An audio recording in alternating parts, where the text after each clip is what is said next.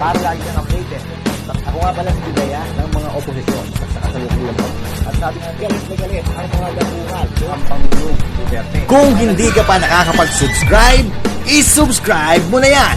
So magandang araw po sa inyo mga kababayan, and of course Master Jutay na naman at tayo nagbabalik dito sa ating panibagong upload, ano? At dito sa ating topic na ito ay pag-uusapan natin itong kalalabas na balita. Ito ay breaking news mga kababayan. So kadalasan naririnig natin ay laging isinisisi kay dating Pangulong Duterte ito mga nangyayari dyan sa West Philippine Sea, and only to find out na ito palang administrasyon ni Marcos ay may sikretong kasunduan dito sa mga Chino, specifically dyan sa West Philippine Sea. So ito, ilalagay ko sa screen, itong babasahin natin na ito from Manila Bulletin, okay? Breaking. Sabi dito, the Chinese embassy in Manila claims that the Philippine military, the Department of National Defense and National Security Council had entered early this year into an agreement with China with regards to the South China Sea. The embassy says that the agreement was between China and the Philippines through the AFP Western Command that was supposedly approved by key Philippine government officials, including DND and NSC, via Joseph Pedrajas. Okay. So ito mga babayan, maliwanag po. Noong nakaraan, I think that was last month ago,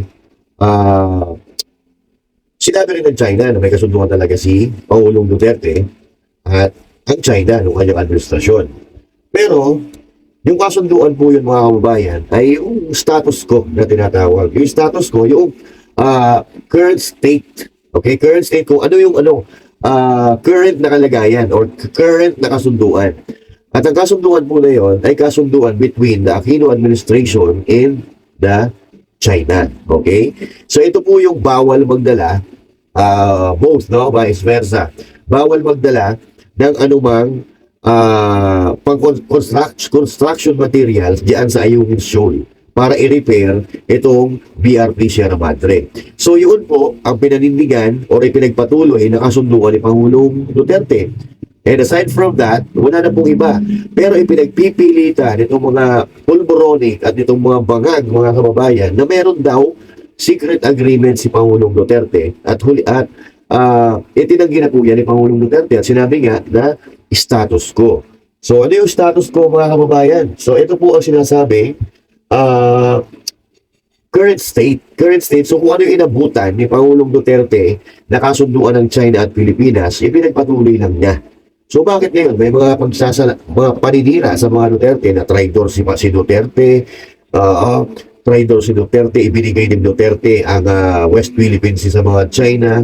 Paano ibinigay? Noong panahon ni Pangulong Duterte, kahit isang pulgada na teritoryo na inaangkin natin teritoryo niyan sa China, walang nakuha ang China. Okay? May mga nangyayari hindi maganda pero hindi katulad ngayon. Hindi katulad ngayon. Halos linggo-linggo may nangyayari hindi maganda diyan sa mga Coast Guard natin.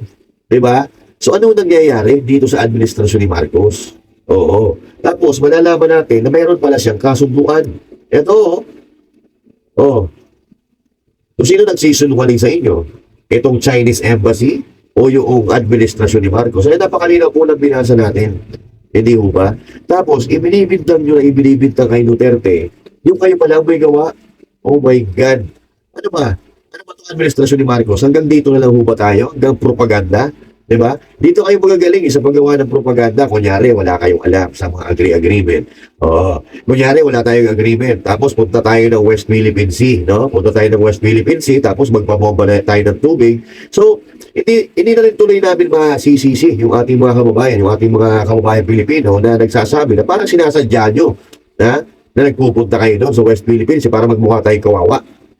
Tapos ngayon, may bababasa kami ganito na may kasunduan pala kayo. Kunyari, walang kasunduan. Tapos, magpapabuli doon sa China. Tapos, galit na galit kayo doon sa mga nagtatanggol lang sa Pilipinas or dumidepensa. Wala na mga nagdidepensa sa China eh. Okay? So, ang mga vloggers karamihan na sinasabi nyo na pro-China, trolls ng China, kami yung mga vloggers na ayaw lang namin ng gulo. Ha? Oh. So, nung panahon ni Pangulong Duterte, nakasurvive naman tayo eh. Nakasurvive naman tayo na wala tayong kaaway. Kumbaga, friends to everyone, enemy to no one. Di ba? Hindi ba natin po pwedeng ibalik yun? Oo. Tapos, yung mga propagandista ninyo, anong sinasabi? Ang mga Duterte pro-China. Anak ng pucha naman, oo. Walang pro-China dito. Lahat tayo Pilipino. Pro-Philippines tayo. Hindi ho ba? Huwag tayo magpaka-ipokrito. Dahil kahit anong gawin natin, kung tayo ay makikipaggera sa China, maghulos dili ho kayo. Dahil hindi ho tayo mananalo. Oo, matatapang ang mga Pilipino. Pero yung tapang, inilalagay ho yan sa lugar. Di ba? Walang tanga, walang matapang na tao na nalalangoy sa isang lawa na punong-puno ng buhaya. Di ba? So, walang tanga na pupunta sa gera. Ha? Nalulusob ka na wala kang bala. Di ba? So, anong state natin ngayon? Anong kalagayan ng Pilipinas ngayon? Ha? Ang dami pa nga nagugutom eh. Di ba? Ang mahal ng mga bilihin. Di ba? Hindi nga natin mapababa yung mga bilihin tapos makikipaggera pa tayo sa China. Anong kalokohan yan? Sino nakaisip yan? Bangag ba? Di ba? So, tigil-tigilan yung uyan, ha? Sa mga Pilipino na kababayan natin, na mga tatanga-tanga din, nagpapapaniwala, ha? Nagpapapaniwala sa mga propaganda na ganito, ha? Gumising po tayo. Gamitin po natin ang utak po natin, ha? Huwag po tayo magpapadala sa mga galit-galit nila na wala namang pinag-aanuhan, na wala namang pinag-uugatan, di ba? So, tayo po, mahal natin ang Pilipinas, okay? Mahal natin ang Pilipinas, pero, ha? Masigit sa lahat, ha? Pag binahal mo yung Pilipinas, iingatan mo ang Pilipinas. Hindi mo ipapatunaw. Hindi mo ipapatunaw sa bomba. Lahat ng videos, lahat ng paraan, ha? Para makamit natin ang kaligtasan at kapayapaan, yun ang gagawin ng matinong pamahalaan, matinong administrasyon. Hindi yung bumulihin, gagalit-galitin mo yung China, tapos pag binubuli tayo, ha? Nag-iiyakan tayo, tapos isisisi sa Duterte administration dahil ganito, dahil ganyan, dahil kay Duterte kaya tayo nagkakaganito. Tigil-tigilan na ho natin yan dahil ito, nagpapakita na itong Marcos administration meron pong kasunduan sa China regarding dyan sa West Philippine Sea. Imulat po natin ang ating mga mata, wag po tayo magbulag-bulagan. Hindi tayo inaapi ng China. Bakit? Kailan ba tayo sinakop ng China? Kailan ba tayo sinakop ng China? Ang gusto ng China ay makipagnegosyo na sa Pilipinas. Tingnan nyo, lahat na nakikita nyo sa bahay nyo. Tingnan nyo kung saan ginawa. Di ba China? Itong laptop ko, Apple, American brand, pero made in China. Ito, Beonocaster, na sound card ko. Ito American brand. American brand ba to? Pero nakalagay dito sa ilalim, made in China. Ito salamin ko.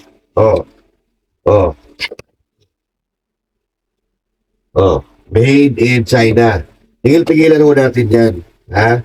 Tigil-tigilan ho natin yung pagsasabi natin na inaapi ho tayo ng China. Feeling lang ho natin yun. Ha? Feeling lang ho natin yun dahil parang yun ang gustong iparamdam sa atin. Yung magalit tayo sa China. Ha? Na hindi naman tayo dapat magalit, wala naman dapat mag-away-away. Bakit mag-away-away? Ano mag-aawayan? Di ba? So kung napapansin nyo, bakit hindi natin inaaway ang Vietnam? Bakit hindi natin inaaway yung Thailand? Ha? Na nakikipag-agawan din sila diyan sa teritoryo na yan. Bakit puro China lang? Bakit? Dahil, yung Pilipinas ngayon ay nakapaling sa Amerika. Di ba? So para tayong ginagawa tayong mga, ginagawa tayong pain. Di ba? So, tigil-tigilan na ho natin yan. Matuto ho tayo sa history. Pagbasa po tayo ng istorya ng Pilipinas kung sino ang sumakop sa atin noong mga nakaraang panahon. Diba? So, kahit kailan, hindi tayo sinakop ng China. Diba? So, yung China pa nga tumulong sa atin para tayo ay umudlad. Di ba? Kaya tigil-tigilan na ho natin yan. Tigil-tigilan na ho natin ang kahibangan. Tigil-tigilan na ho natin. Gumawa sila ng paraan para walang mag-away-away. Trabaho nila yan. Diba? Hindi yung gagalitin na yung mga Pilipino. At i-encourage nila na magalit sa China. Putang ina, kalokohan yan.